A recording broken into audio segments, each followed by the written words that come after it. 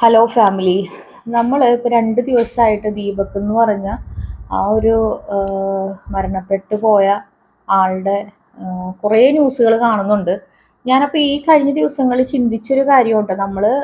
ഞാനിപ്പോൾ സംസാരിക്കുന്നത് നമ്മളിപ്പോൾ വീട്ടിലിരിക്കുന്ന ഒരു സ്ത്രീകളോ അല്ലെങ്കിൽ വീട്ടിലിരിക്കുന്ന ഒരു മനുഷ്യരുണ്ടല്ലോ, ഈ ന്യൂസൊക്കെ കാണുമ്പോൾ പോകുന്നൊരു ചിന്തയാണ്. അല്ലാതെ ഞാൻ ചെറിയൊരു യൂട്യൂബറാണ്, ചെറിയൊരു സോഷ്യൽ മീഡിയ അത്യാവശ്യമൊക്കെ ചെയ്യുന്ന ഒരാളാണ്. ഇത് ഞാനിവിടെ ഷെയർ ചെയ്യുമ്പോൾ ഇതിനും നെഗറ്റീവ് കമൻസ് ഒക്കെ വരും. അതൊന്നുമല്ല, പറയേണ്ട കാര്യങ്ങൾ പറയണം എന്നൊരു ഇതുള്ള ഒരാളാണ് ഞാൻ. അപ്പോൾ പറഞ്ഞു വന്നത്, ഇപ്പോൾ നമ്മൾ ബസ്സിൽ പോകുമ്പോൾ, ഇപ്പോൾ വണ്ടിക്കൊക്കെ പോകുന്നവരാണ്. മുമ്പൊക്കെ നമ്മളെല്ലാവരും ആശ്രയിച്ചിരുന്നത് ബസ്സിൽ തന്നെയാണ്. ബസ്സിൽ പോകുമ്പോൾ ഈ പുരുഷന്മാരുടെ മേത്തെ നമ്മളൊന്ന് ബ്രേക്ക് പിടിക്കുമ്പോൾ തട്ടിന്ന് കരുതുക.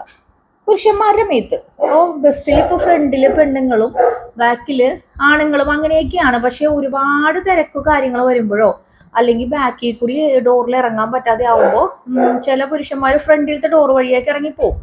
അപ്പോൾ എന്തും ആയിക്കോട്ടെ, ഞാനിപ്പോൾ പറയുന്നത്, നമ്മൾ സ്ത്രീകൾ ശരിയാണോ ഇല്ലേ എന്നുള്ളത് സ്ത്രീകളൊന്ന് പറയണം കേട്ടോ. നമ്മൾ സ്ത്രീകൾ വല്ല ബ്രേക്ക് പിടിക്കുമ്പോഴോ അല്ലെങ്കിൽ ഫ്രണ്ടിൽ ഭയങ്കര തിക്ക് വരുമ്പോൾ നമ്മൾ ബാക്കിലേക്ക് ഇറങ്ങി വരും. ബാക്കിൽ പോയിട്ട് ഒരു പുരുഷന്റെ മേത്ത് തട്ടി.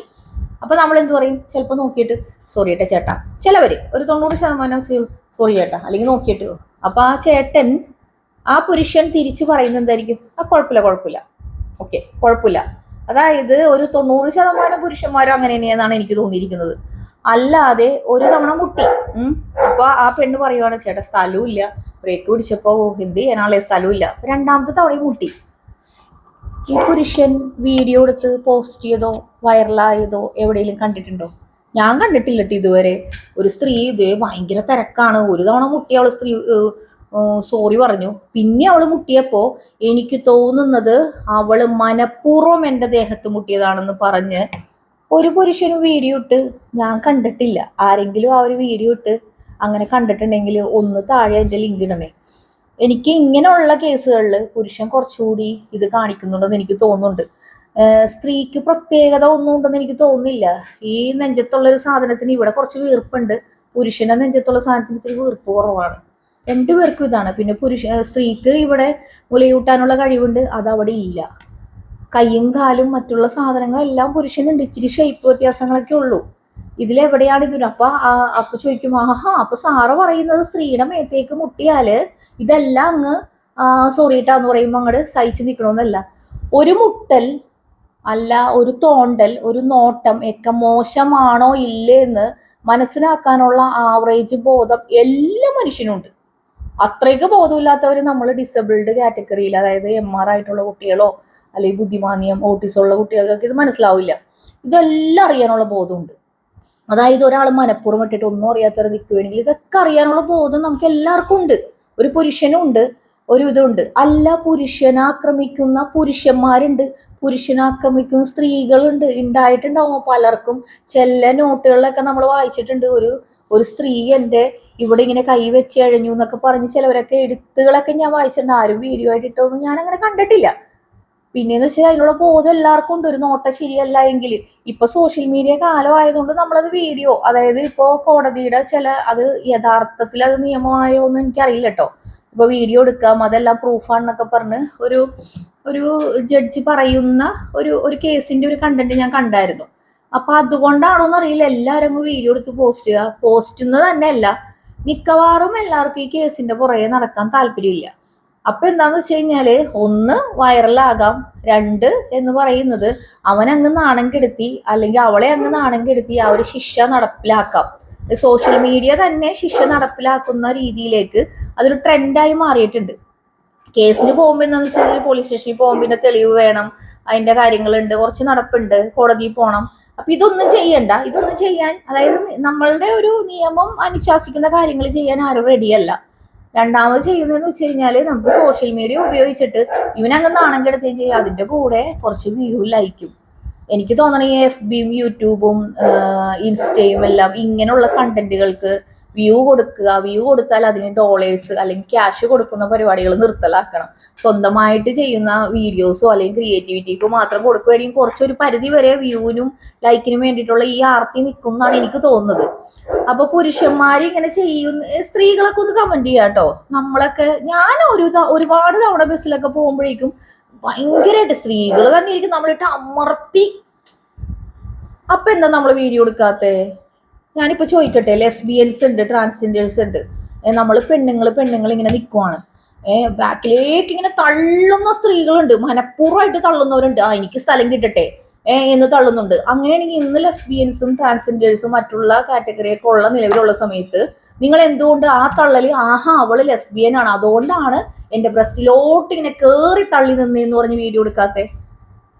എനിക്ക് ഞാനിപ്പോ ഈ സംസാരിക്കുന്നത് നമ്മൾ സാധാരണ വീട്ടിലിരുന്ന് ഈ ന്യൂസൊക്കെ കാണുമ്പോൾ പോകുന്ന ചിന്തകളാണ് ഈ സംസാരിക്കുന്നത് കേട്ടോ, അല്ലാതെ വേറെ ഒന്നുമല്ല.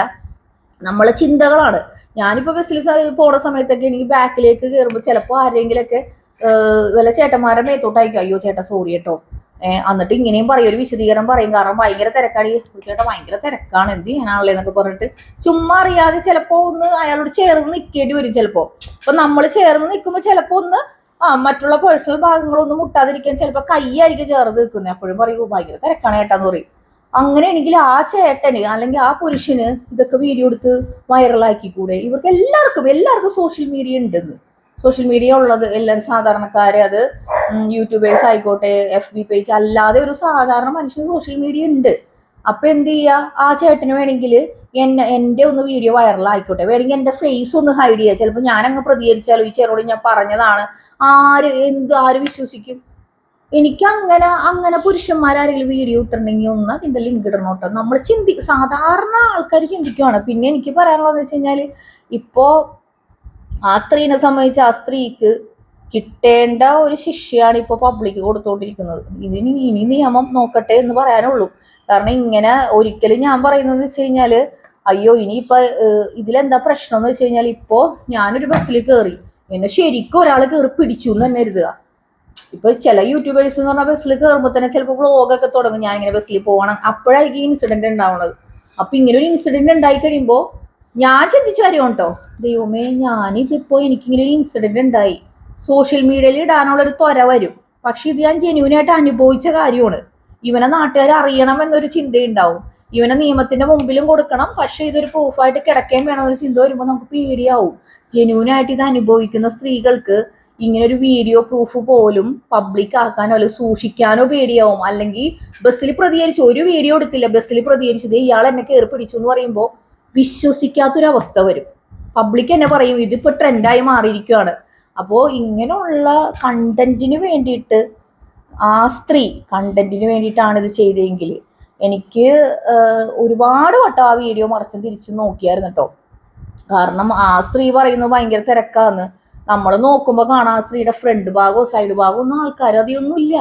പിന്നെ എന്തിന് പുള്ളിക്കാരി ഒരു തവണ അറിയാതെ ഒന്ന് കൊണ്ടുവന്ന് കരുതുക, അയാൾ മനഃപൂർവ്വം, എനിക്ക് തോന്നിയൊരു കാര്യം കേട്ടോ, ഒരു തവണ അറിയാതെ കൊള്ളുന്നത് നമ്മൾ കാണുന്നുണ്ട്, കൊണ്ടു. അപ്പൊ നമ്മൾ എന്ത് ചെയ്യാം, നമുക്കിവിടെ സ്പേസ് ഉണ്ട്, ആ വീഡിയോയിൽ കാണാം, കുറച്ച് മുന്നോട്ട് കയറി ഒന്ന് നോക്കിയിട്ട് ഇത് ഇയാളുടെ ഇത് കൊള്ളണ്ടെന്ന് പറഞ്ഞാൽ നമുക്ക് മുന്നോട്ട് കയറി നിൽക്കാം. അത് കയറി നിന്നിട്ടില്ല, മനഃപൂർവ്വം വീഡിയോ എടുക്കാൻ വേണ്ടിയിട്ട് അവിടെ തന്നെ നിന്ന് കൊടുത്ത്. ആ ചേട്ടന്റെ കൈ, ഇപ്പുറത്തെ കയ്യിൽ ഒരു ബാഗ് ഉണ്ട്, അയാൾ ഇങ്ങനെ പൊക്കുമ്പോഴാണ് ആ കൈ ഇങ്ങനെ കൊള്ളുന്നത്, അത് കൊള്ളിക്കാൻ വേണ്ടിയിട്ട് വീഡിയോ എടുക്കാൻ വേണ്ടിയിട്ട് നിന്ന പോലെയാണ് എനിക്ക് തോന്നിയത്. ഞാനൊരു തേർഡ് പേഴ്സൺ ആണ്, ഞാനൊരു ഇത്ര ഫേമസ് ആയിട്ടുള്ള ഒരാളൊന്നുമല്ല, വീട്ടിലിരുന്ന് ഇതുപോലെ തന്നെ ന്യൂസും വീഡിയോസും കാണുന്ന ഒരു വ്യൂ പോയിന്റ് ആണ്. എനിക്ക് എന്തായാലും അമ്മയ്ക്ക്, ഒരമ്മ എന്ന് പറയുന്നത്, എത്ര അമ്മയും മക്കളും തമ്മിൽ കുറെ തല്ലുകൊടുത്തൊക്കെ ഉണ്ടാവും, പക്ഷെ ഒരമ്മ എന്ന രീതിയിൽ ഞാൻ പറയാണ്, പുത്ര ദുഃഖം എന്ന് പറയുന്നത് ഒരമ്മയ്ക്ക് സഹിക്കാൻ പറ്റില്ല. സ്വന്തം ഭർത്താവ് മരിച്ചാൽ പോലും അതിൽ നിന്ന് റിക്കവർ ചെയ്യും, പക്ഷെ മക്കള് ജീവിച്ചിരിക്കുമ്പോൾ മരണപ്പെട്ടു പോകാന്ന് പറയുന്നത് നമ്മളുടെ ഒരു ഭാഗമാണ്, നമ്മൾ ഇത്രയും നാളും വളർത്തി വലുതാക്കി. അപ്പോൾ അമ്മയ്ക്ക് സമാധാനം കിട്ടട്ടെ, ശാന്തി കിട്ടട്ടെ. തെറ്റ് ചെയ്തത് ആരായാലും ശിക്ഷിക്കപ്പെടണം. നമ്മളെ നിയമ സംവിധാനം ഒന്നും കൂടി സ്ട്രോങ് ആവണം എന്ന് തന്നെയാണ് എനിക്ക് പറയാനുള്ളത്. അപ്പൊ ഇത്രയേ ഉള്ളൂ. നമ്മൾ ആത്മാവിന് വേണ്ടി പ്രാർത്ഥിക്കുക. നിയമത്തിന്റെ മുമ്പിൽ തെറ്റ് ചെയ്തവളോ ചെയ്തവന്മാരോ ആരായിക്കോട്ടെ മുമ്പിൽ വരിക, നല്ല ശിക്ഷകൾ നടപ്പിലാക്കണം. അല്ലാതെ ജയിലിൽ എല്ലാ സൗകര്യങ്ങളും ചെയ്തു കൊടുത്തു കഴിഞ്ഞാൽ ഈ ശിക്ഷകളൊന്നും അവർ കൂളായിട്ട് ജയിലിൽ പോകും. ഇതാണ് നമുക്ക് ഇതിനൊക്കെ എന്താണ് സൊല്യൂഷൻ ഒന്നും എനിക്ക് അറിയാൻ പാടില്ല. എനിക്ക് തോന്നിയ ചെറിയ തിങ്കുകൾ ഞാനിവിടെ പങ്കുവെച്ചെന്നുള്ളൂ.